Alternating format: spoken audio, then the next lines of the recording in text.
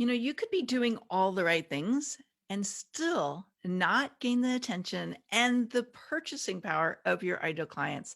Hi, I'm Melanie Benson. I am an authority amplifier for expert-based business owners who want to stand out and be the most logical choice for their potential clients and create a flood of opportunities because they're visible and seen in their marketplace.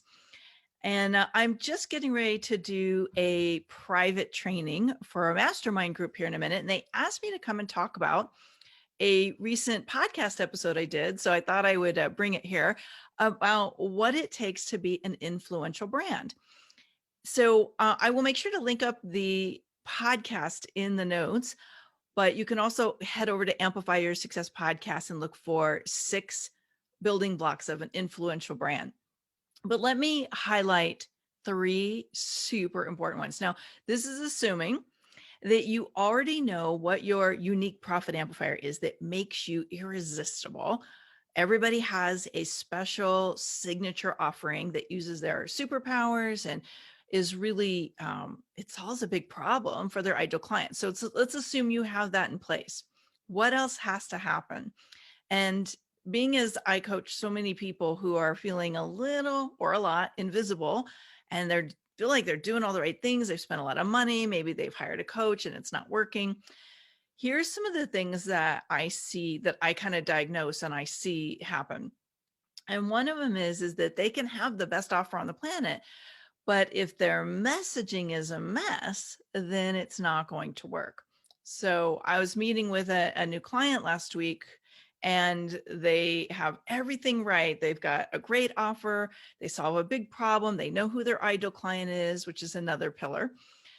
But when we got to the messaging, the woman in the partnership was saying, yeah, that's where it all falls apart. We're a mess. We're talking about different things. We don't really know how to message. And so here's why this is one of the super important pieces.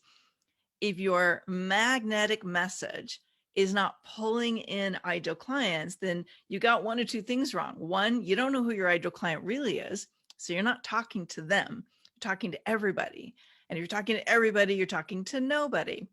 The second thing is you are probably not using the language and the like you're not building a need and moving them through this process. So what happens is we don't really understand the psychological buying process of a potential client, and we assume because people on our list that they really do have the need and they're a warm lead, and that may be true, but that's not all the people on our list. And what happens a lot of times is you got a lot of people on your list that aren't ready to buy. They're just curious. They don't really understand yet. And so as a influential brand, one of the things you need to do is make sure you're messaging to the people who have a hot need or messaging to people who have a warm need, meaning they know there's a problem, but they haven't really decided to solve the problem yet.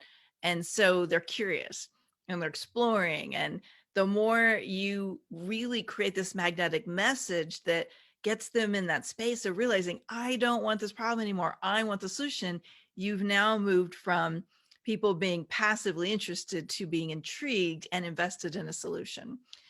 So that's one of the most important things. Now, there's a couple other really important things that sets apart a brand. And the second one is that they're leading.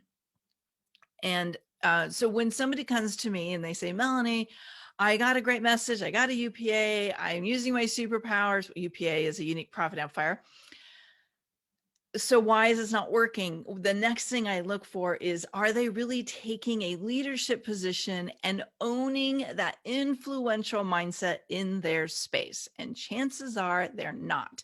So they're doing a lot of the right things, but they're not standing out because they're not creating this burst of momentum in the different things they offer throughout the year. And there's a lot of different ways you can do that. Like, it doesn't have to be hosting events, although I do think hosting at least one kind of a, even if it's an online event every year, is a great way to do this. But if you're not like taking the lead, meaning you're not owning the conversation, you're not driving the experience, and you're guesting, then there's a different energy. Now, doesn't mean people won't perceive your authority. I mean, that's an important step in the like the influence building, but there's something really powerful about taking the lead. People start to see you in the influence level rather than just one of many experts. And it's a very powerful momentum shifter. It actually accelerates a lot of the momentum of new ideal clients, of turning on opportunities. People start to see you're a mover and a shaker, and it can really like pivot everything. It's one of those moments that shifts the game. So if you're not taking the lead in some way, shape, or form, guess what? The perception will take longer to build, and or you are kind of missing out on a really powerful opportunity. Now, the third is consistency. Hey, did that surprise you? So here's why consistency is so critical.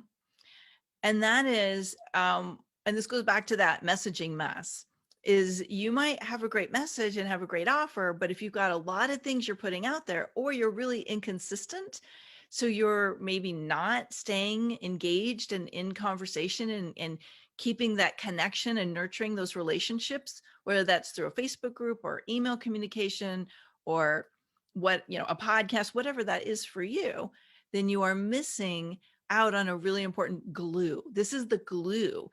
This is like the binder that keeps people engaged with you so that when they're ready to solve the problem, they choose you. And what I've noticed is a lot of my clients who have some of the other things right, but they're not having a consistent nurturing experience, moving or keeping the conversation going inside some kind of a space you own. That could be your podcast. That could be your Facebook group, although we could argue that you don't own that space, but you know what I mean? Like you're the leader of that space.